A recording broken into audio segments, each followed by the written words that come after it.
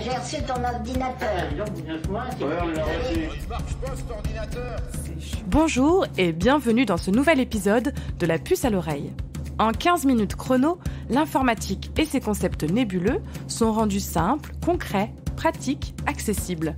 Sur un temps ludique, on explore les différentes possibilités offertes par le numérique et surtout, on les dépasse pour imaginer un horizon virtuel plus désirable.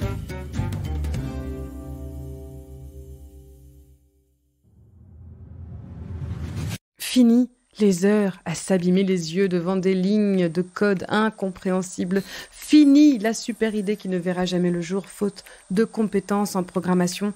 Fini les budgets faramineux dépensés dans l'élaboration d'une solution informatique. On aurait tendance à le penser car aujourd'hui le no-code est arrivé. Tel le pro-chevalier venant délivrer la princesse, le no-code délivre le kidam du terrible dragon de la programmation et de l'apprentissage informatique. Enfin, ça, c'est ce que l'on pourrait croire si l'on s'arrêtait à la lisière du sujet. Alors pour éviter cet écueil et bien comprendre en quoi consiste toute cette histoire de no-code, nous avons rencontré Jérémy Fourcret, le cofondateur et CEO de The Toolbox, une entreprise qui développe et implémente des solutions digitales no-code sur mesure. Alors, le no-code, Eldorado du do-it-yourself, solution miracle pour lancer son projet sans savoir coder? On en parle dans ce nouvel épisode de La puce à l'oreille. Bonne écoute!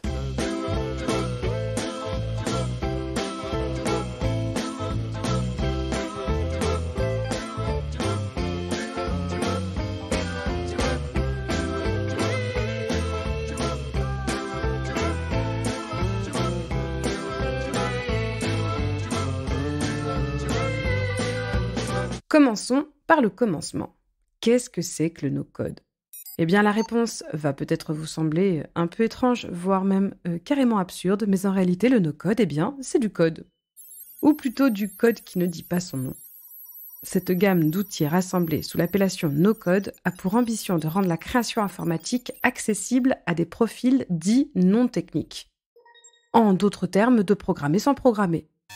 Et vous avez peut-être même déjà utilisé ce genre d'outils. WordPress ou Excel, par exemple, sont des logiciels avec lesquels il est déjà possible de no-coder. Alors pourquoi le no-code fait-il aujourd'hui grand bruit, Jérémy Fourcret ? Ce qui caractérise peut-être la révolution de no-code qu'on vit aujourd'hui, c'est qu'en fait, avec l'essor du cloud, donc le fait que les applications soient stockées en ligne, et donc du modèle SaaS, en fait, Software as a Service, qui permet de prendre des abonnements à des outils et de les utiliser en ligne, là où avant on les achetait, et l'essor aussi des API, c'est-à-dire le fait que les outils puissent se parler entre eux. En fait, on rentre dans une nouvelle ère où tous les outils sont à la fois hébergés en ligne et à la fois connectables les uns avec les autres. Et donc, en fait, finalement, c'est ça la révolution et l'approche no-code dont on parle aujourd'hui. C'est le fait que une grande partie des outils modernes de l'écosystème puissent se connecter entre eux pour créer des solutions qui sont plus larges en fait que la solution originale, de façon automatisée et sans devoir écrire de code, ce qui était évidemment pas possible avant. Les possibilités offertes par le no-code sont donc très nombreuses. D'aucuns diraient même illimitées. Mais on verra tout à l'heure qu'il existe tout de même quelques contraintes à ce vaste champ des possibles. Pour l'heure, essayons d'imaginer. À quoi ça sert le no-code, Jérémy Fourcret ? On peut séparer aujourd'hui les usages du no-code en 3 grandes catégories.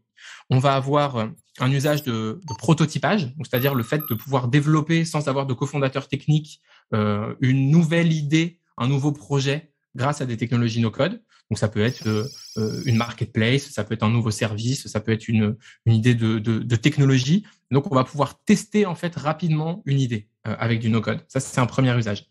Il y a un deuxième usage qui va plutôt s'appliquer au développement commercial, donc en fait au sales, au marketing, qui va permettre de connecter entre elles différentes solutions pour créer ce qu'on appelle des sales machines ou des marketing machines. Donc en fait qui sont des outils très automatisés qui vont permettre de créer des séquences d'emails, par exemple, ou des outils automatisés qui vont se brancher à des CRM et qui vont permettre en fait d'attaquer à l'échelle très très gros volume de prospects pour faire grandir très rapidement une boîte. Donc ça, c'est un peu le deuxième cas d'usage. Et le troisième cas d'usage, celui sur lequel moi, je me passionne et on est très expert chez The Toolbox, c'est ce qu'on va appeler des no-code ops, en fait. Donc, les opérations internes de l'entreprise, pouvoir créer des outils internes sur mesure, en fait. Et donc, de pouvoir ne plus être obligé forcément d'utiliser des grosses solutions ERP ou CRM très, très lourdes ou de gestion de projet très, très lourdes, mais de pouvoir construire des outils qui sont parfaitement adaptés aux besoins de l'entreprise et tout ça de façon rapide, sécurisée et pour des budgets qui sont bien inférieurs à ce qui était possible avant. Mais pour moi, ça, c'est l'usage en tout cas que je préfère.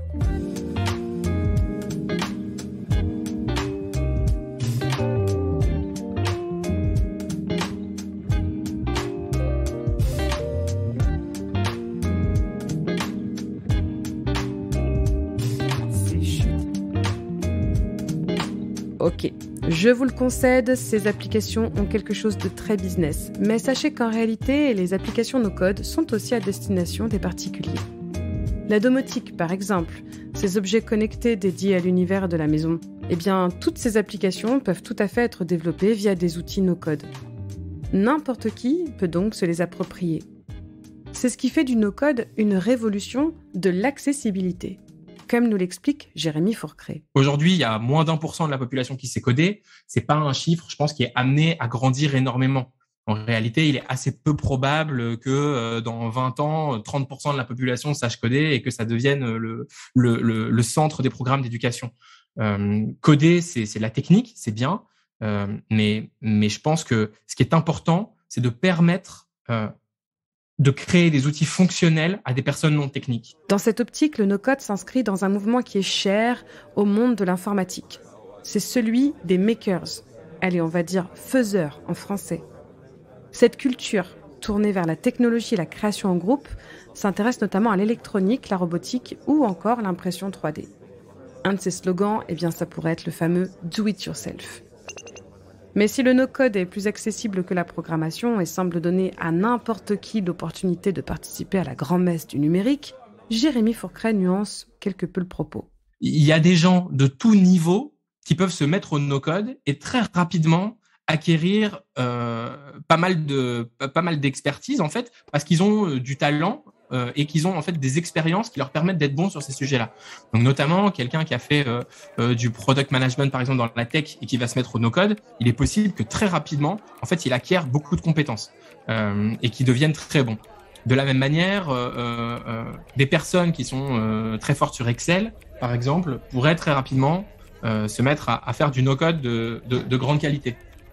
En revanche, pour avoir donné des formations à des publics assez larges, c'est assez amusant de voir que sur un échantillon, par exemple, de 20 personnes qui vont suivre le même cours pendant 3 heures d'initiation à Airtable, au bout de 3 heures, il y en a qui ont tout compris et qui commencent à faire des trucs pas mal, et il y en a qui ont toujours pas compris comment est-ce qu'on faisait des relations entre des bases de données. Et en fait, on n'est pas tous, je pense, égaux devant cette capacité logique qui est très importante dans le no-code, et aussi un peu cet esprit logique mathématique qu'il faut pour construire des produits. Et après, encore un autre élément, c'est la sensibilité à l'utilisateur, donc plutôt la partie UX, qui est aussi une composante importante et qui est pas non plus donnée à tout le monde. Il y a des gens en fait qui ont du mal à réfléchir à la place de quelqu'un d'autre, à se mettre à la place d'un utilisateur, à essayer de comprendre le besoin, qui vont construire un produit et dire ah bah regarde ça marche. Et en fait, l'expérience, elle est pas du tout à la hauteur de ce qu'un utilisateur peut attendre. Vous l'aurez compris, no code ne signifie pas nos compétences. Il est même nécessaire de se former à ces nouveaux outils pour les utiliser au mieux. Il faut bien faire la distinction entre pouvoir se former et développer des compétences no-code, ce que je pense tout le monde peut faire, qui est accessible à tout le monde, et en faire un métier et construire vraiment sa vie autour du no-code et construire des beaux produits au service de clients en no-code. Et ça, c'est quand même complètement autre chose. En revanche, par rapport au code, ça ouvre quand même le développement à un public beaucoup plus large. S'essayer à l'utilisation d'outils no-code, c'est entrer dans un vaste champ de possibilités, vous l'aurez compris, mais c'est aussi rencontrer une communauté, comme l'explique Jérémy Fourcret. L'approche communautaire, elle est indispensable pour devenir un bon développeur no-code ou même en fait réussir à construire son projet. Il faut absolument poser des questions et faire tester en permanence. Et oui, car développer un bon projet no-code, c'est utiliser une méthode qu'on appelle itérative. Allez, en quoi consiste-t-elle ? Eh bien, il suffit de faire des erreurs, de les corriger, d'en faire de nouvelles, de les corriger encore, bref, vous avez compris le principe. C'est l'une des forces de ces nouveaux outils no-code, c'est leur flexibilité. Développer un projet no-code peut dès lors se suffire à lui-même ou bien donner envie d'aller plus loin. Peut-être qu'à un moment, ce projet marchera tellement bien que tu vas rencontrer des limites et tu vas te dire, ça y est, là, c'est le moment de créer une vraie technologie et de se lancer dans quelque chose de plus complet en code en recrutant une équipe de développeurs. Ou peut-être que le no-code suffira à ce moment-là et que tu vas pouvoir continuer avec ça.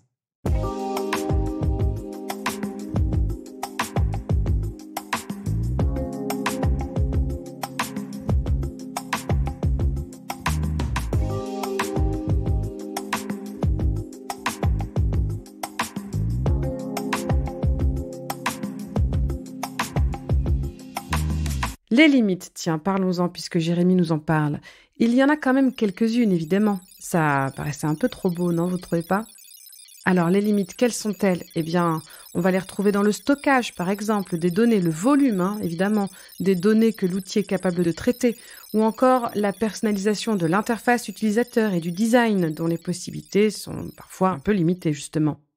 Mais pour Jérémy Fourquret, il existe une autre limite à laquelle on ne pense pas toujours au premier abord. On va avoir une limite qui, pour moi, en fait, est la plus grosse limite, et c'est une limite de propriété intellectuelle. C'est-à-dire que si demain, vous développez une startup avec une composante tech, une startup innovante où c'est votre produit qui a de la valeur, évidemment, vous développez une technologie qu'il va falloir créer avec du code parce que vous voulez la propriété intellectuelle et avoir votre propre produit. À là où, dans du no-code, vous travaillez sur des outils qui, quand même, ne sont pas des technologies que vous avez développées vous-même et qui vont donc donner énormément d'avantages au niveau du temps de développement, du risque ou de l'absence de risque en l'occurrence et du prix. En revanche, c'est pas vos technologies. Donc là-dessus, il faut être bien conscient. C'est ce fameux concept de code source dont nous avons déjà parlé avec Gérard Berry. Souvenez-vous, c'était dans l'épisode 2 de la puce à l'oreille. Le code source, c'est ce qui fait toute la valeur d'un logiciel, donc souvent celui d'un produit tech. Enfin, une bonne nouvelle pour les développeurs, à qui l'on avait déjà prédit la disparition de leur métier. Eux le savent sans doute mieux que quiconque, mais rassurons tout le monde, ce métier de développeur et développeuse est extrêmement recherché et très loin de disparaître. En revanche, ce métier se transformera peut-être en se concentrant davantage sur des technologies de pointe que le développement de sites dits basiques. D'autant qu'avec les évolutions prochaines du web, il semblerait qu'il y ait beaucoup à faire, comme l'explique Jérémy Fourquret.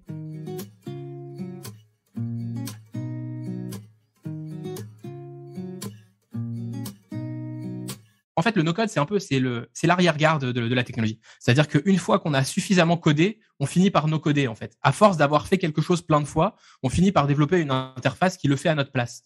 On peut pas développer du no-code pour quelque chose qui n'existe pas encore.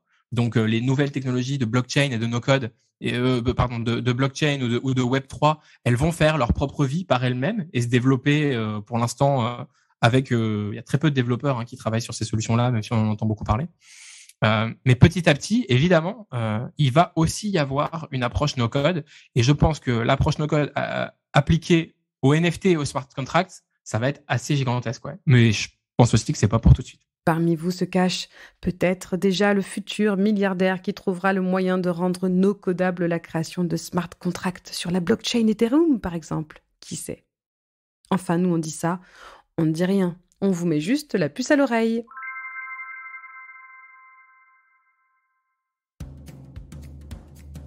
Si vous avez envie d'approfondir vos connaissances sur le no-code, la puce vous invite à vous balader sur des forums type MakerPad ou NoCodeMaker, qui sont de véritables mines d'informations sur le sujet.